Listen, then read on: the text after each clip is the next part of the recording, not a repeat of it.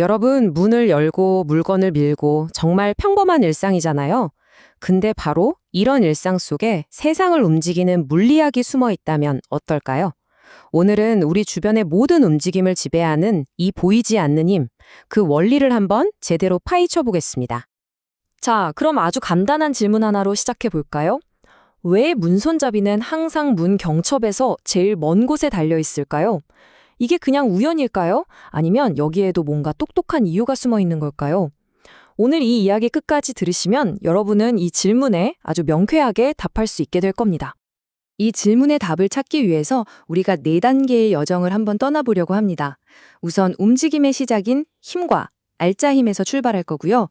그 다음엔 물체를 회전시키는 돌림힘의 세계로 들어가 볼 겁니다. 그리고 나선 이 돌림힘이 우리 주변 도구들에서 어떻게 마법을 부리는지 알아보고 마지막으로 모든 게 완벽하게 멈춰 있는 상태, 바로 역학적 평형의 비밀까지 풀어보겠습니다. 좋습니다. 그럼 첫 번째 섹션부터 시작해 볼까요? 모든 움직임의 기본이죠. 바로 물체의 운동을 시작하게 만드는 힘에 대해서 이야기해 보겠습니다. 물리학에서 말하는 힘이요. 사실 이거 정말 간단한 개념이에요. 여기 보시는 것처럼 어떤 물건의 운동 상태를 바꾸는 모든 작용, 그러니까 쉽게 말해서 그냥 밀거나 당기는 걸 말하는 거죠. 우리가 공을 찰 때, 가방을 들어 올릴 때 이게 전부 힘을 가하는 겁니다. 어때요? 정말 직관적이죠? 근데 현실에서는 보통 하나의 물체에 힘이 딱 하나만 작용하진 않잖아요? 여러 힘이 동시에 작용하는 경우가 대부분이죠. 자, 이럴 때 진짜 중요한 건요. 이 모든 힘들을 다 합친 최종적인 팀의 힘이에요. 물리학에서는 이걸 바로 알짜 힘이라고 부릅니다. 이 알짜 힘을 계산하는 건 생각보다 쉬워요. 그냥 덧셈 뺄셈이거든요. 만약에 친구랑 같이 같은 방향으로 상자를 민다? 그럼 두 사람의 힘이 더해지는 거고요.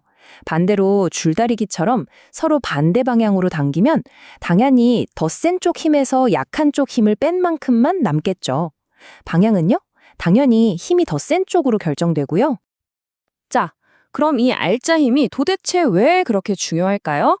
바로 여기에 핵심이 있습니다. 만약에 작용하는 모든 힘을 더하고 뺐는데 최종적으로 0이 나왔다? 즉, 알짜 힘이 0이다? 그러면 물체는 그냥 가만히 있거나 움직이더라도 쭉 같은 속도로만 움직입니다. 이게 바로 그 유명한 뉴턴의 제1법칙, 관성의 법칙이죠. 그런데 만약 알짜 힘이 0이 아니면 어떻게 될까요? 네, 바로 물체의 속도가 변합니다.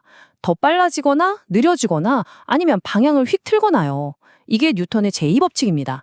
그러니까 결국 이 알짜 힘이 모든 운동 변화를 결정하는 마스터키인 셈이죠. 자, 지금까지는 직선 운동에 대해 알아봤는데요. 이제는 한 단계 더 나아가서 회전의 세계로 들어가 보겠습니다. 물체를 빙글빙글 돌리는 힘, 바로 돌림힘에 대해 알아볼 시간입니다. 돌림힘, 영어로는 토크라고도 하죠. 이건 말 그대로 물체를 얼마나 효과적으로 회전시킬 수 있느냐를 나타내는 값이에요. 여기서 정말 중요한 포인트는 단순히 얼마나 세게 미느냐가 전부가 아니라는 겁니다. 그보다 어디를 그리고 어떤 방향으로 미느냐가 훨씬 더 중요해요. 뭐랄까, 그냥 힘의 업그레이드 버전? 회전 능력이 추가된 거죠. 돌림힘, 즉 토크를 제대로 이해하려면 딱 3가지 재료만 기억하시면 됩니다. 첫 번째는 회전의 중심점, 회전축이에요. 문으로 치면 경첩 같은 부분이죠. 두 번째는 이 회전축에서부터 힘을 주는 지점까지의 거리, 이걸 지뢰팔이라고 부릅니다. 그리고 마지막 3번째가 바로 우리가 실제로 가하는 힘 자체고요. 이 3가지가 합쳐져서 돌림힘이 만들어지는 겁니다. 자, 드디어 결정적인 포인트가 나옵니다. 어떻게 하면 가장 큰 돌림힘을, 그러니까 가장 쉽게 물체를 돌릴 수 있을까요? 정답은 회전축에서 최대한 멀리 떨어져서 그리고 90도 직각으로 힘을 주는 겁니다. 어때요? 이제 맨 처음 제가 드렸던 질문의 답이 딱 보이지 않으세요? 문손잡이가 경첩에서 가장 멀리 있는 이유, 바로 이 지뢰팔의 길이를 최대로 만들어서 가장 작은 힘으로도 문을 스르륵 열 수 있게 만든 정말 똑똑한 설계였던 거죠. 네, 이제 이론은 충분히 본 것 같고요. 이 강력한 돌림힘의 원리가 우리 일상 속 도구들에서 얼마나 기가 막히게 활용되고 있는지 그 비밀을 한번 들여다보겠습니다. 아마 들어보셨을 겁니다. 고대 그리스의 위대한 과학자 아르키메데스가 이런 말을 남겼죠. 나에게 충분히 긴 지렛대와 받침점만 달라. 그러면 지구라도 들어 보이겠다. 이게 그냥 허풍이 아니고요. 돌림힘의 원리, 즉 지렛대의 원리를 이용하면 작은 힘으로도 얼마나 어마어마한 효과를 낼 수 있는지를 보여주는 정말 상징적인 말입니다. 지금 한번 주위를 둘러보세요. 사실 우리는 이 돌림 힘의 원리를 이용한 도구들 속에서 살고 있어요. 볼트를 조이는 렌치, 병뚜껑 따는 오프너, 자동차 핸들, 드라이버, 심지어 가위까지 전부 다요. 이 도구들의 공통점이 뭐냐? 바로 지뢰팔의 길이를 인위적으로 길게 만들어서 우리 손의 작은 힘을 몇 배, 크게는 몇십 배까지 증폭시켜주는 아주 영리한 발명품들이라는 거죠. 여기서 잠깐, 많은 분들이 물리학 공부할 때 헷갈려 하시는 포인트를 하나만 짚고 넘어갈게요. 돌림힘의 단위가 뉴턴 미터거든요. 근데 이게 알고 보면 에너지나 일의 단위인 줄이랑 같아요. 그래서 그럼 둘이 같은 건가? 하고 헷갈리기 쉬운데 절대 아닙니다. 완전히 다른 개념이에요. 돌림힘은 회전 방향까지 중요한 벡터고요. 에너지는 그냥 양만 따지는 스칼라입니다. 단위는 같아도 속뜻은 전혀 다르다는 거. 이거 꼭 기억해 두세요. 자, 좋습니다. 이제 우리가 배운 힘과 돌림힘, 이 두 가지 개념을 모두 합쳐서 물체가 완벽하게 꼼짝도 하지 않고 멈춰 있는 상태, 바로 역학적 평형이란 게 뭔지 알아보겠습니다. 어떤 물체가 완벽하게 정지해 있으려면요, 사실 한 가지만 만족해서는 안 되고 두 가지 조건을 모두 통과해야만 합니다. 첫 번째 조건은 알짜 힘이 0이어야 한다는 겁니다. 그래야 앞뒤 위아래로 밀려나지가 않겠죠. 이걸 힘의 평형이라고 하고요. 두 번째 조건은 알짜 돌림 힘도 0이어야 한다는 거예요. 그래야 제자리에서 뱅글뱅글 돌지 않겠죠. 이걸 돌림힘의 평형이라고 합니다. 바로 이 두 가지가 모두 완벽하게 0이 될 때 비로소 우리는 그 물체가 역학적 평형 상태에 있다고 말하는 겁니다. 근데 여기서 진짜 재미있는 게 있어요. 알짜 힘이 0이라고 해서 물체가 무조건 가만히 있는 건 아니라는 사실. 예를 들어서 책상 위에 있는 책의 양쪽 끝을 똑같은 힘으로, 하지만 서로 반대 방향으로 한번 밀어보세요.